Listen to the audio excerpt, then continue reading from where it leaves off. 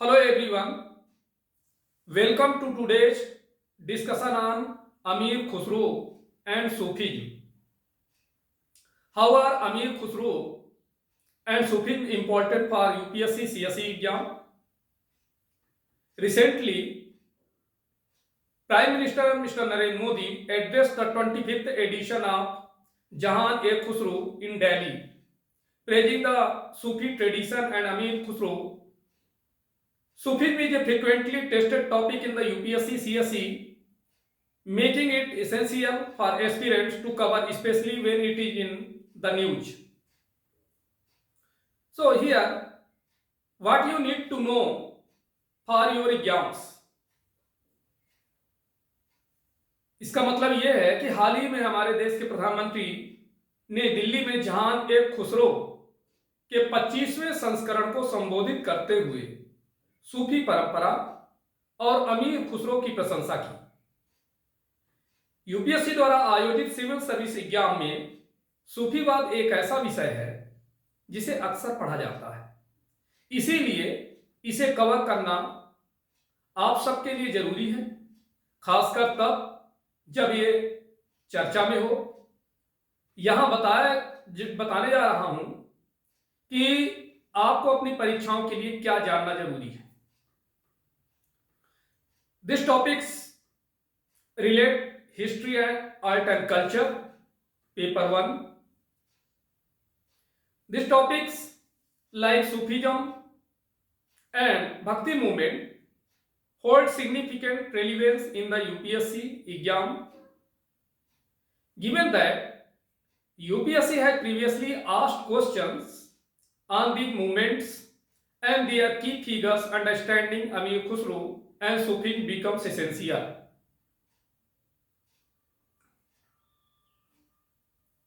Addressing the 25th edition of Jahan-e-Khusro in Delhi, Prime Minister Narendra Modi showered praise on the Sufi tradition and Amir Khusro, the 13th century Sufi poet and musician. He lauded Sufism as India's pluralistic heritage, saying its sons recited the verses of Quran and also listened to the Vedas. मतलब यह हुआ कि दिल्ली में जहान-ए-खुसरो के 25वें संस्करण को संबोधित करते हुए प्रधानमंत्री ने सूफी परंपरा और 13वीं सदी के सूफी कवि और संगीतकार अमीर खुसरो की खूब तारीफ की। उन्होंने सूफीवाद की भारत की बहुलवादी विरासत के रूप में प्रशंसा करते हुए कहा कि इनके संतों ने कुरान की आयतें पढ़ी और वेदों को भी सुना। तो सबसे पहले आइए अमीर खुसरो, जिन्हें भारत के तूतीय हिंद के नाम से कहा जाता है, क्या जाना जाता है? इनका पूरा नाम था अबुल हसन यमुनुद्दीन अमीर Khusro.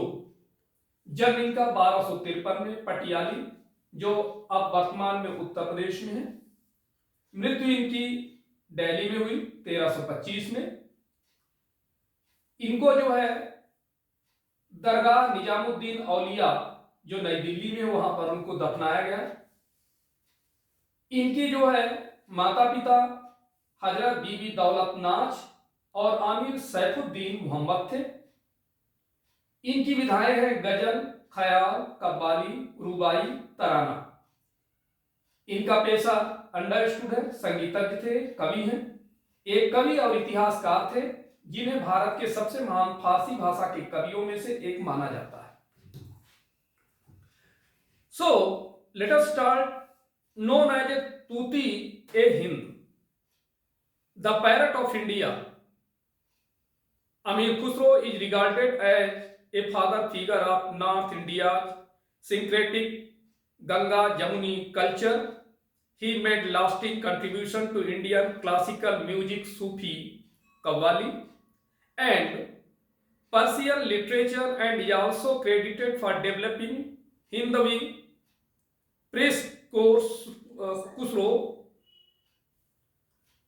precursor to modern Hindi and Urdu, अर्थात तूतीय हिंद भारत का तोता के नाम से मशहूर अमीर खुसरो को उत्तर भारत की समन्वित गंगा जमुनी संस्कृति का जनक माना जाता है।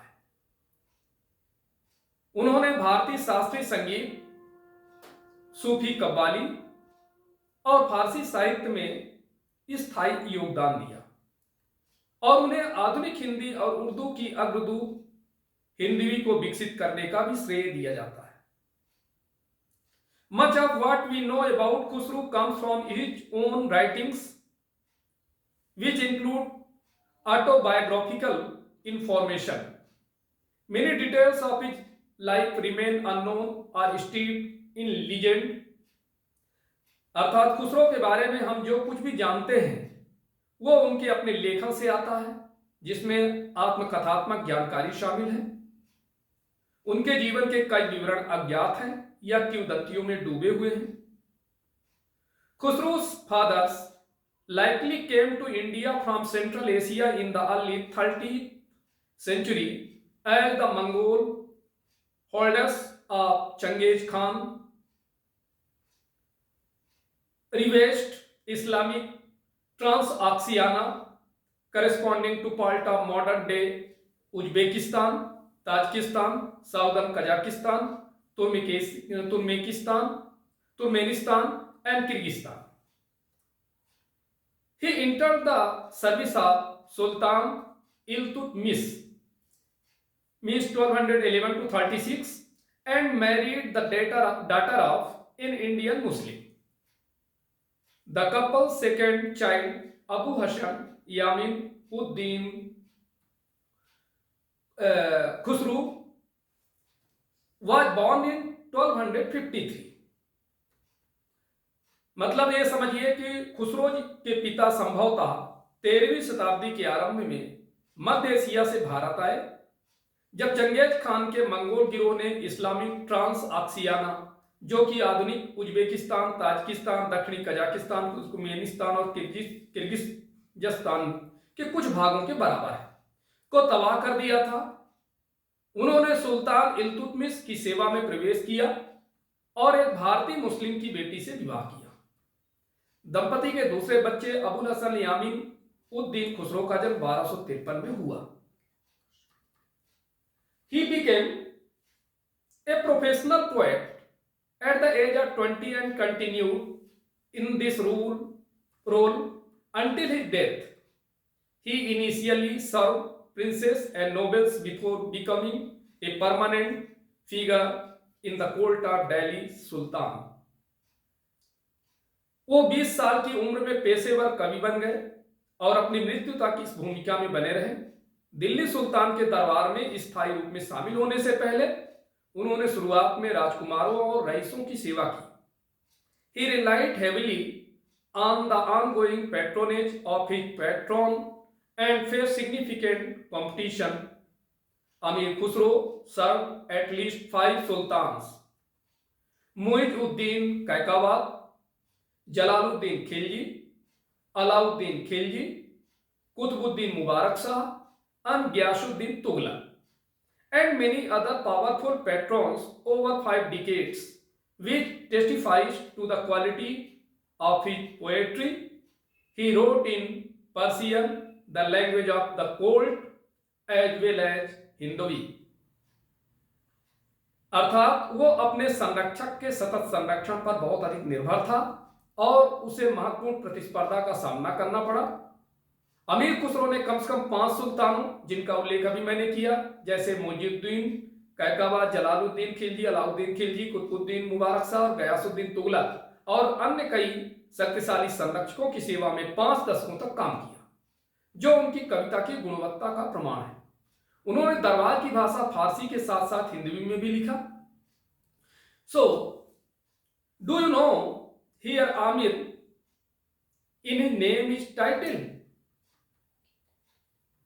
Jalaluddin Khilji bestowed upon Khusro the title of Amir. Historian Ziauddin Barni wrote in Tarikh-e-Firoz Shahi that Jalaluddin held Khusro in great esteem and Khusro served as keeper of the Quran in his court.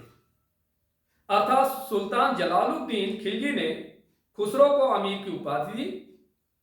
इतिहासकार जियाउद्दीन बर्नी ने तारीख फिरोज शाही में लिखा कि जलालुद्दीन खुसरो को बहुत सम्मान देता था और खुसरो उसके दरबार में कुरान के रक्षक के रूप में काम करता था। खुसरो's poetry, both in form and content, heavily borrowed from Persian and Turkic influences as well as local elements. This made him a significant figure in promoting a syncretic Hindu-Muslim culture known as Ganga Jamuni Tehzeeb. अर्थात खुसरो की कविता रूप और विषय वस्तु दोनों में फारसी और तुर्की प्रभावों के साथ साथ स्थानीय तत्वों से भी काफी प्रभावित थी। इसने उन्हें गंगा जमुनी तहजीब के रूप में जानी जाने वाली समन्वित हिंदू मुस्लिम संस्कृति को बढ़ावा देने में एक महत्वपूर्ण व्यक्ति बना दिया। Khusro is also said to be instrumental in the development of modern Indian classical music. He is credited with crafting dozens of rags, creating ख्याल, ornate ख्याल music, and inventing the sitar and tabla, even though evidence for this is limited. मतलब यह हुआ कि खुसरो को आधुनिक भारतीय शास्त्रीय संगीत के विकास में भी महत्वपूर्ण भूमिका निभाने वाला माना जाता है। उन्होंने दर्जनों रागों की रचना करने, अलंकृत ख्याल संगीत की रचना करने तथा सितार और तबले का आविष्कार करने का श्रेय दिया जाता है, हालांकि इसके प्रमाण सीमित हैं। Khusro was the most beloved disciple of the Chishti Sheikh Nizamuddin Auliya. He passed away in 1325. 700 years after his death, the lyrical beauty, sophisticated wordplay, and exploration of diverse themes in Khusro's poetry continues to enchant audiences. अर्थात खुसरो चिश्ती शेख निजामुद्दीन औलिया के सबसे प्रिय शिष्य थे। उनका निधन 1325 में हुआ। उनकी मृत्यु के 700 साल बाद भी खुसरो की कविता में लयात्मक सौंदर्य, परिष्कृत शब्द चयन और विविध विषयों की खोज श्रोताओं को मंत्रमुग्ध करती है। अब आपको जानना जरूरी है सूफीवाद, जिसे हम अंग्रेजी में सूफीज्म कहते हैं। Sufism the mystical aspects of Islam emerged between the 7th and 10th centuries as a counterweight to the orthodoxy of the clergy and the increasing worldliness of the Ummah. Islamic text refers to Sufism as a tasawwuf, अर्थात सूफीवाद इस्लाम का रहस्यवादी पहलू 7वीं और 10वीं शताब्दी के बीच पादरी वर्ग की रूढ़िवादिता और उम्मा की बढ़ती सांसारिकता के प्रतिकार के रूप में उभरा। इस्लामी ग्रंथों में सूफीवाद को तसव्वुफ के रूप में संदर्भित किया गया है।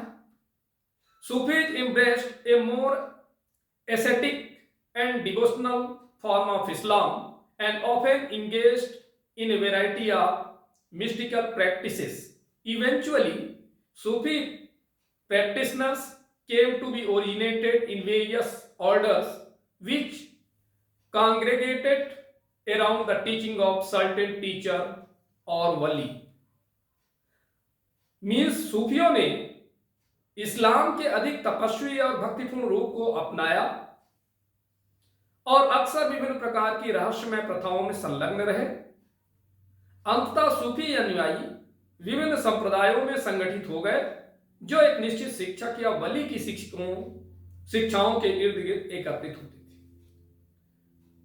सूफी traditions, especially those of the Chishti order of Sufism, to which Moinuddin and later Sufi masters such as the Qutbuddin Bakhtiyar Kaki, Hazrat Nizamuddin Auliya and Nasiruddin Mahmud Chirag Dehlavi all of Delhi belong drew heavily from pre-existing local practices, which were seen as a heretical in Orthodox Islam, the Chishti sons in India preached a message of tolerance and inclusivity। अर्थात सूफी परंपराएं, विशेषकर चिश्ती सूफी संप्रदाय की परंपराएं, जिनसे मोइनुद्दीन और बाद में दिल्ली के कुतुबुद्दीन बख्तियार काकी, हजरत निजामुद्दीन औलिया और नसीरुद्दीन महमूद चिराग दहलवी जैसे सूफी गुरु जुड़े थे, पहले से मौजूद स्थानीय प्रथाओं से काफी प्रभावित थे, जिन्हें रूढ़िवादी इस्लाम में विधर्मी माना जाता था। भारत में चिश्ती संतों ने सहिष्णुता और समावेशिता का संदेश दिया। अब इस लेक्चर से ये समझिए कि इस लेक्चर का इंपॉर्टेंस क्या है, प्रीवियस ईयर एग्जाम्स में क्वेश्चन कैसे पूछे गए हैं जो आपके सामने हम लाए हैं। तो देखिए क्वेश्चन है वो यूपीएससी सिविल सर्विस एग्जाम 2012 में क्वेश्चन पूछा गया है, प्रिलिमिनरी का क्वेश्चन है। With reference to the religious history of medieval India, the Sufi mystics were known to pursue which of the following practices. इसमें देखिए फर्स्ट दिया हुआ है meditation and control of breath, second severe ascetic exercises in a lonely places, third is recitation of holy songs to arouse a state of ecstasy in their audience। Select the correct answer using the codes। मतलब आपको code दिए गए हैं, उनमें से correct answer को आपको बताना है। तो इस लेक्चर में ऑलरेडी इसका आंसर मेंशन है, दिया हुआ है। डेफिनेटली आप लेक्चर सुने होंगे, आप उस क्वेश्चन के आंसर को बहुत ही अच्छे से रिप्लाई दे सकते हैं। तो आज इतना ही, थैंक यू।